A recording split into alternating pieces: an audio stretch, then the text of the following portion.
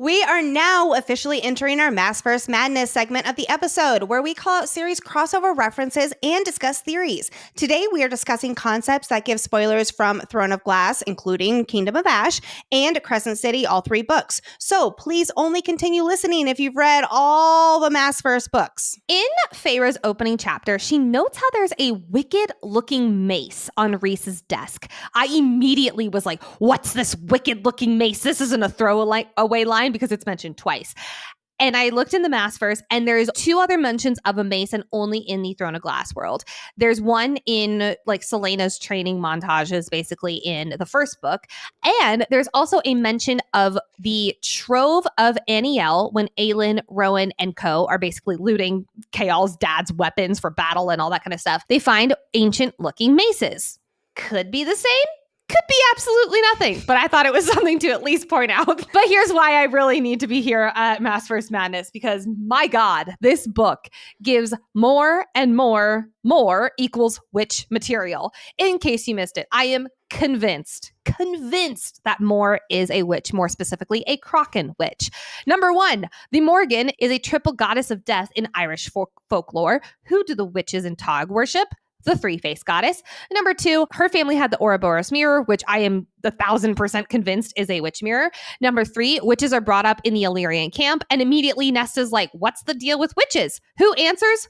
Mor. Elaine also asks Mor, what's a seer? And Mor is shocked, but she answers, where else do we see seers in the Maasverse? Number 4, when asked why she's third in command, because she's the one who Rhys calls in when Cassian and Azriel are dead, absolutely think that this is because she can perform the yielding. Number 5, wouldn't she die?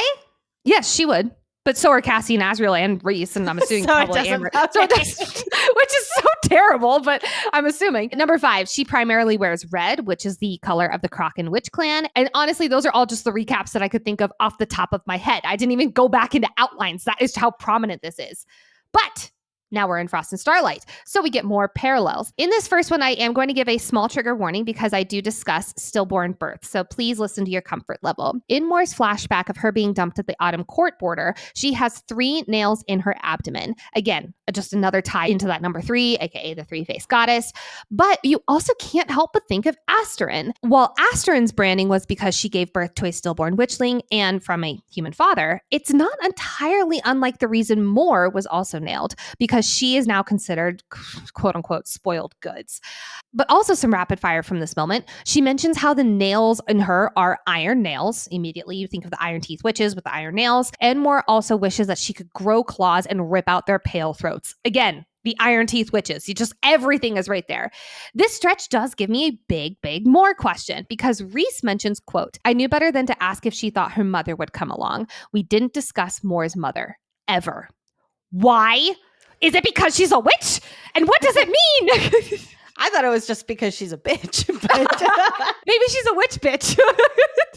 And friends, we are purposefully not going to be including Ramiel or the Blood Rite or any of that kind of stuff here in today's Maasverse Madness, because trust us, we will be getting into all of that in Silver Flames. Okay, friends, we are now officially starting our Maasverse Madness segment of the episode, where we call out series crossover references and discuss theories. Today, like we mentioned, we are discussing concepts that give spoilers from Crown of Midnight from the Throne of Glass series, as well as House of Flame and Shadow from the Crescent City series. So please only continue listening if you've read these books. We need to continue this Mor conversation, because her POV chapter gives us some big Maasverse questions. Question number 1, what is this patch of darkness? Well, Reddit has some answers. Competitive_bus 4057 wonders if this is a word gate. And I'll put the link to the Reddit article in the show notes because honestly, it's awesome.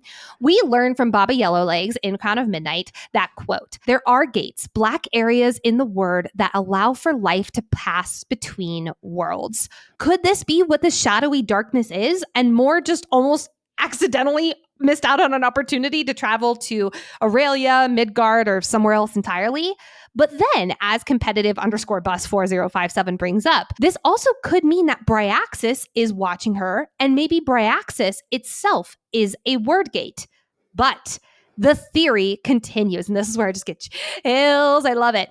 Because some of the commenters noted in this Reddit article, this patch of darkness is also super similar to that shadowy darkness that watches Hunt in the Asteri dungeons in House of Flame and Shadow. And we know that to have been Adis, one of the princes of hell.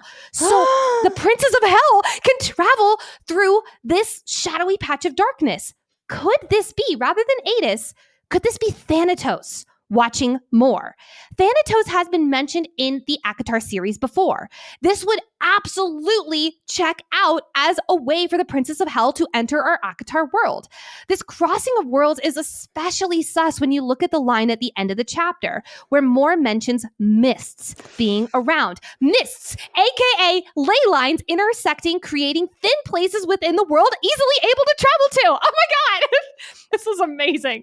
I loved it. Question number 2. Is Elia an Asterian horse? Moore mentions how super rare and coveted the breed is, and honestly, that's all I have to go on, so it's fun to think about. And question number 3, and I realize this actually does have a little, like the most minor spoiler from Empire of Storms, so keep that in mind as you go into it. This is a small passage from Empire of Storms in the Throne of Glass series.